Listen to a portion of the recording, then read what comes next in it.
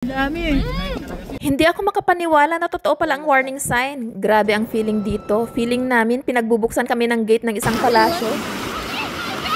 Kakaiba man ang party-party all the way na ginawa ni na Zainab at Liza sobra kagabi ay buti na lang nakatulog pa rin kami. Pagkatapos kong magdasal ng morning prayer ay lumabas na ako para mag-greet sana ng good morning sunshine. Ang kaso maulap pala at hayan nga umaambon-ambon pa. Ilang saglit pa ay nagsilabasan na rin sina Mariel kaya inumpisahan ko na ang morning photoshoot nila. Sabi ko pa nga sa kanila, ano ba yung mga suot nyo? Parang lamig na lamig kayo tapos dito tayo sa pool nag-shoot. Kaya game na game naman nilang tinanggal ang mga balabal nila. O diba, di man nagpakitang araw ay may masasaya pa ba sa mga ngiti at tawa nila. Pagdungaw ko sa dagat, nakita kong palusong na itong si Ewan Usap. Tataka lang ako, bakit kaya hindi niya sinamahan si Angkutis kahapon?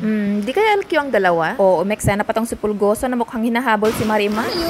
Nagulat ako nang makita ko itong papalapit kay Ewan Usap na mistulang lumalangoy na ahas. Nakatunog itong si Zainab. Picturean ko rin daw ng pang-profile pic niya. Bago mag-agahan ay inikot ko muna itong harap ng La Patricia. Paano ba naman, diretso na kami kaagad sa likod kahapon at parang yung dagat lang talagang aming sinadya. Sabi, people who love to eat are always the best people. Silipin nga natin kung sino-sino ang mga people na ito. Diyos ko no. Ay, hindi ka nun Coffee is life din pala itong si Catherine Bernarda. Bangos, Sunny side with banana. O hayan, caught in the act ang nakikipagpalit ulam. Ito ang laging eksena sa amin. Kung hindi long table ay watak-watak table pag kumain. Kasama pala ang breakfast sa aming binayaran at nag-request lang kami na mas maagang iserve dahil maaga kaming mag-check out. Saan ka pupusta? Magpipicture lang naman sana kami dito sa may baler sa harap ng hotel pero dumating pa itong si kuya na may dalang perlas dagat daw. 380 po mga. 100? Ay, Venus. Walang subi na. 200. 8, 9, oh, 10. Dito, siyam. 10 ba? Oh, ito yung isang black. Kabibi pa rin tawag nyo dito sa ano? Bago kami lumarga, bumalik pa ako para sa isa pang kape. Ito kasing si Gary B, di sinabing unli kape dito. Nagtimpla-timpla pa kami ng 3-in-1 kagabi. Pero sadyang masarap kasi ang kape nila, kaya nag-take away pa ako. Kala niya, mamamatay na. Kayo naman magkwento, mamaya uli ako. Ako yung talent manager niya. Galingan niya magkwento. Tumatawa ako. Nagsisinungaling ako. Joke lang ko. Inipit ko na. Hindi na mapigilan ang mga iniipit kaya sa damuhan na tumakbo. Pagkatapos sumakses, lumabas na sila sa mahiwagang puno. Akin na tong isa. Nagpagas lang kami at tumuloy na rin sa biyahe. May nakita akong warning sign sa daan at napaisip ako kung totoo ba talaga yun o bluff lang. Alay. Ay, ang dami na ng tupa. Ang dami.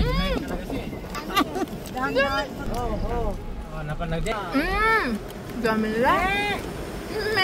Ayun, totoo pala yung warning na Wildlife Animals Crossing. Ang galing lang kasi nakakalagalag sila ng malaya. Naku, kung sa amin siguro yan, may pumick up na nung isa. Ang bilis lang at nakarating na kami ng Nueva Ecija. Grabe, feeling namin binuksan ang pinto ng palasyo sa amin dito sa Nia Dam and Reservoir. Sa pagpasok pa lang, on your right side, makikita mo na ang dam. 1971 nung sinimulan ang construction nito at natapos noong 1977. Ano meron? Nueva Ecija is dubbed as the rice granary capital of the Philippines at ang dam na ito ang nagsusupply ng irigasyon sa kanilang agricultural lands. Liban dyan, meron din itong hydroelectric power generation at ang kanyang reservoir na Pantabangan Lake ay nagsisilbing panlaban sa pagbaha. At alam nyo ba, ang reservoir na ito ang isa sa pinakamalaki sa Southeast Asia at ang isa sa pinakamalinis sa buong Pilipinas. At ito namang ice cream ni Kuya ang aming panlaban sa init kahit medyo umaambon-ambon na. Masarap, malinis at kahit yung ayaw kumain na si Rosana ay napilit na kumuha. Para naman kaming kuton sa dami namin sa group picture kaya try natin under this tree. Pagkatapos, nag-ikot-ikot ako ng konti para makita ng mas malapitan ang dam. Take 2 ulit sa ating group pic at baka sakaling sumakses.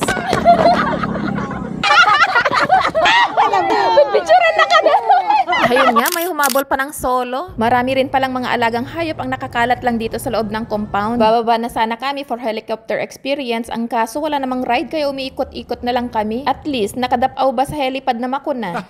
Sa paglabas, syempre hindi natin nakakalimutang mag-thank you kay Kuya at inopen niya ang pinto para sa atin at nakita na rin natin ang isa sa pinagmamalaki dito sa Nueva Ecija. Habang binabaybay namin ang daan papunta sa next destination ay biglang bumagal ang takbo ng aming sinusundan. Aba may mag-iina naman pala na inabot ng padede time sa gitna ng kalsada. Parang parte na yata ng tour experience ang mga wildlife na ito. Ano pa kayang makikita namin sa pagpapatuloy ng aming paglalakbay? Baka mamaya bigla na lang bubulaga sa amin sina Tarzan at Jane ha? Naku, wag lang sana si King Kong at baka hindi na kami makadaan. Bago tumuloy sa aming accommodation ay nag-lunch na muna kami dito sa Pearl's Sizzling House. Gutom na raw kasi ang aming drivers. Syempre kami rin kaya kanya-kanya nang nag-dig in. Pinigilig ako.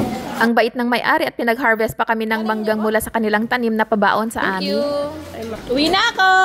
One more stop para bumili ng supplies bago tumuloy sa accommodation. Tawang-tawa kami dito kay Zainab. Gusto ma-video kaya nag-take to bit-bit ang tubig. At heto nga at nag-worry siya na puro ata makapapururot ang mga prutas na nabili. Ayaw na yata niyang mag-special party.